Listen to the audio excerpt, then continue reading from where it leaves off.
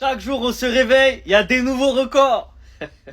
Lionel Messi est devenu cette nuit le meilleur passeur décisif de l'histoire des sélections. 60 passes décisives. Après, bon, en réalité, ce record, il est normal, il est logique. On parle de Lionel Messi, il est là depuis des années en sélection. C'est le meilleur passeur de tous les temps, tout confondu. Donc c'est normal qu'il soit le meilleur passeur décisif de l'histoire des sélections. Mais en même temps qu'il a battu le record de passes décisives, il a aussi battu le record de dribbles. Il vient d'atteindre les 4000 dribbles réussis en carrière.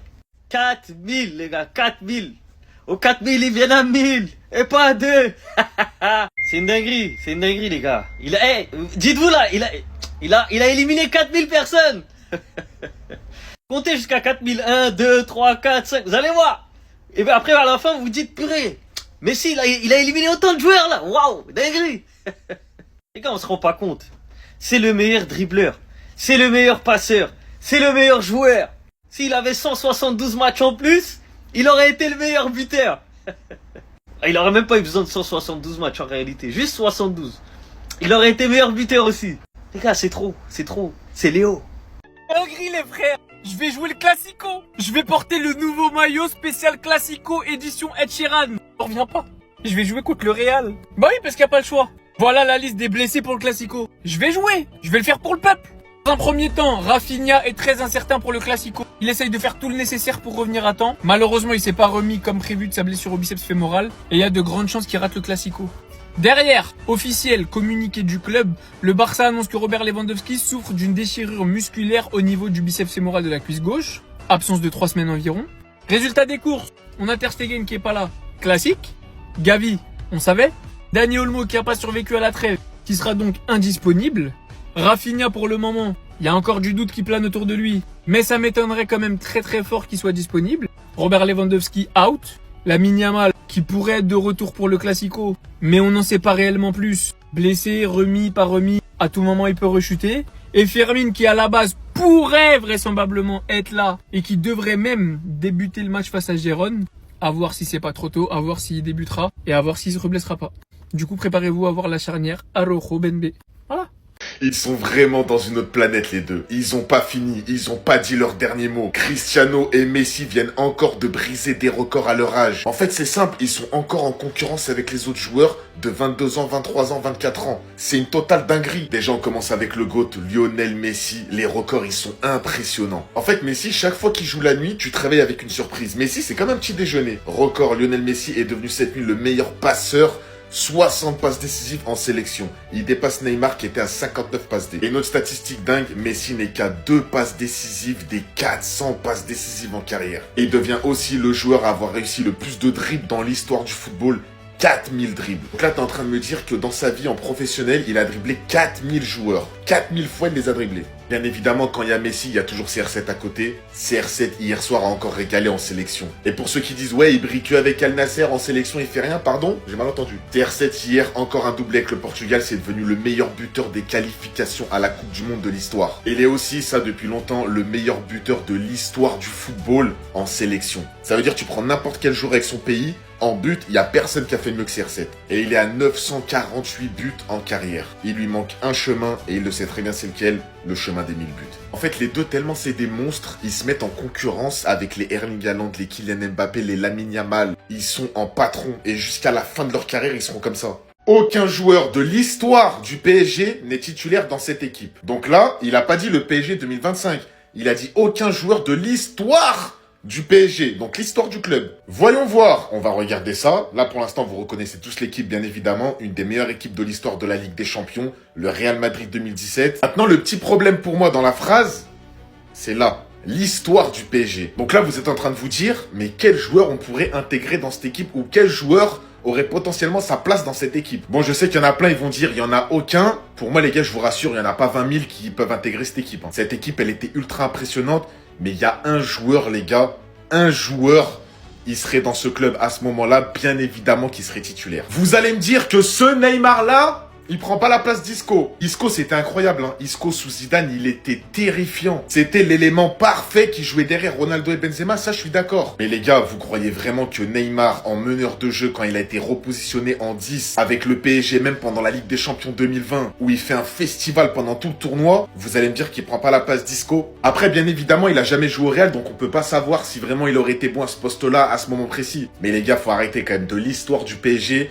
il y a quand même des gros noms qui sont passés par là. Il y a Hakimi qui est actuellement défenseur droit. Il y a eu du Zlatan, du Cavani. Il y a eu du Ronaldinho, du Neymar. Donc les gars, pour moi déjà Neymar, il est titulaire. À chaque fois, je pense qu'on a atteint le summum du ridicule. Je me dis c'est impossible de faire pire que ça. Je me dis là, on a vraiment atteint le pire possible. Et à chaque fois, ce club arrive à me surprendre, les gars. C'est incroyable. C'est incroyable, les gars. Donc là, pour qu'on remette un petit peu le contexte. On est quasiment en crise avec 2 mauvais résultats sur les 2 derniers matchs contre le PSG, contre l'équipe C du PSG, l'équipe D du PSG, et je dirais une défaite contre Séville, une défaite humiliante contre Séville. On a quasiment tous les joueurs du Barça, toute l'attaque du Barça qui est blessée. On a un classico dans 2 semaines. Et notre président, il est en train de faire une télé-réalité. Regardez-moi ça, les gars. Il est en train de jouer à 1, 2, 3 soleil sur un plateau télé. Ton club, il se porte au plus mal. Là, t'es quasiment en crise. T'as le classico dans 2 semaines. Alors que à côté de ça, t'as Mbappé qui est en feu, tout ça. Le mec joue à 1, 2, 3 soleil. Le pire, c'est qu'il donne sa vie, les gars. Il donne sa vie. Regardez-moi ça, les frères. C'est une dinguerie. Franchement, j'en peux plus. J'en peux plus, les gars. Vraiment, cette direction, les gars. Non, vraiment, c'est fort. Je pense qu'on n'a jamais vu aussi pire que ça. Je vais vous montrer pourquoi Messi c'est Monsieur Clutch en Coupe du Monde, regardez bien. Regardez, dans le classement des joueurs avec le plus de passes clés sur un match à partir des 8e de finale de Coupe du Monde au 21e siècle, Lionel Messi est 2e. Au passage, je ne vois pas CR7. Sur les joueurs avec le plus de dribbles réussis sur un match à partir des 8e de finale de Coupe du Monde au 21e siècle, on voit Messi en 2e et en 4e position. Au passage, je ne vois pas CR7. Et sur la liste des meilleurs buteurs de l'histoire de la Coupe du Monde, 4e position, Lionel Messi, avec 13 buts. Au passage, je ne vois pas CR7. Maintenant, sur les joueurs qui ont le plus de passes décisives en Coupe du Monde, Messi est 3e. Au passage, je ne vois pas CR7. Voici la liste des joueurs qui ont été élus le plus de fois joueurs de la compétition en Coupe du Monde. Messi est 1er. Au passage, je ne vois pas CR7. Oui, le Ronaldo que vous voyez, c'est bien le Brésilien. Alors, je pense qu'à l'époque de Pelé, il n'y en avait pas, sinon il en aurait peut-être eu 3, on s'en fout. Même s'il en a 1000, Messi aurait été 2e dans tous les cas, donc c'est pas grave. Tout ça pour vous dire que Messi apparaît dans beaucoup trop de classements en Coupe du Monde. Il est là dans beaucoup trop de statistiques, dans le top 10 de beaucoup trop de stats, top 5 même, parce que je crois qu'on l'a pas vu en dessous du top 6. Est-ce que vous comprenez l'impact soviétique presque qu'il a pour l'Argentine? Attention à ceux qui vont dire « Ouais, mais du coup, Messi, il est 1er dans quasiment aucun classement. » Regardez bien. Le 1er de ce classement n'apparaît pas dans ce classement. Et le 1er de ce classement n'apparaît pas dans ce classement. Et le 1er de ce classement n'apparaît pas dans ce classement. Bon, c'est malgré lui. Donc ça, en vrai, ça compte pas parce que je pense qu'il n'y avait pas de truc de compétition, enfin, du joueur de la compétition. Mais tout ça pour vous dire que Messi, il est dans tous les classements, qu'il soit 1er, 2e, 3e. En fait, il n'y en a aucun qui est dans autant de classements différents que Messi. Messi a joué cette nuit. Et devinez quoi? Il a encore passé 1er dans une catégorie. Il a encore brisé un record. Les gars, toutes les nuits, à chaque fois qu'il joue, on se lève, il a fait une dinguerie. Messi, arrête, t'as assez prouvé. Il devient le meilleur passeur de l'histoire de la sélection nationale avec 60 passes décisives.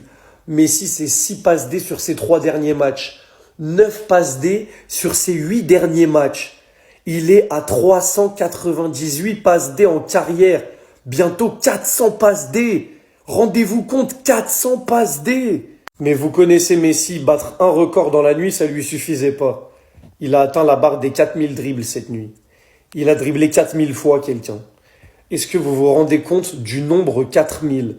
Messi a dribblé 4000 personnes dans sa carrière. C'est une dinguerie. Donc en plus de passer meilleur passeur de l'histoire des sélections, il est le seul joueur à atteindre la barre des 4000 dribbles. Mais en fait, quand est-ce que vous allez vous rendre compte de qui est ce mec? Vraiment les gars, je vais vous le répéter, je le répète souvent. Commencez à apprécier ce que fait Messi sur un terrain et arrêtez de le détester. avant qu'il ne soit trop tard. Parce que quand il va prendre sa retraite, à un moment ou à un autre, vous allez vous rendre compte de qui il était et vous allez vous dire que c'est trop tard, que vous n'avez pas assez profité. Donc c'est un conseil que je vous donne. Profitez de Messi avant qu'il ne soit trop tard. Vous allez regretter.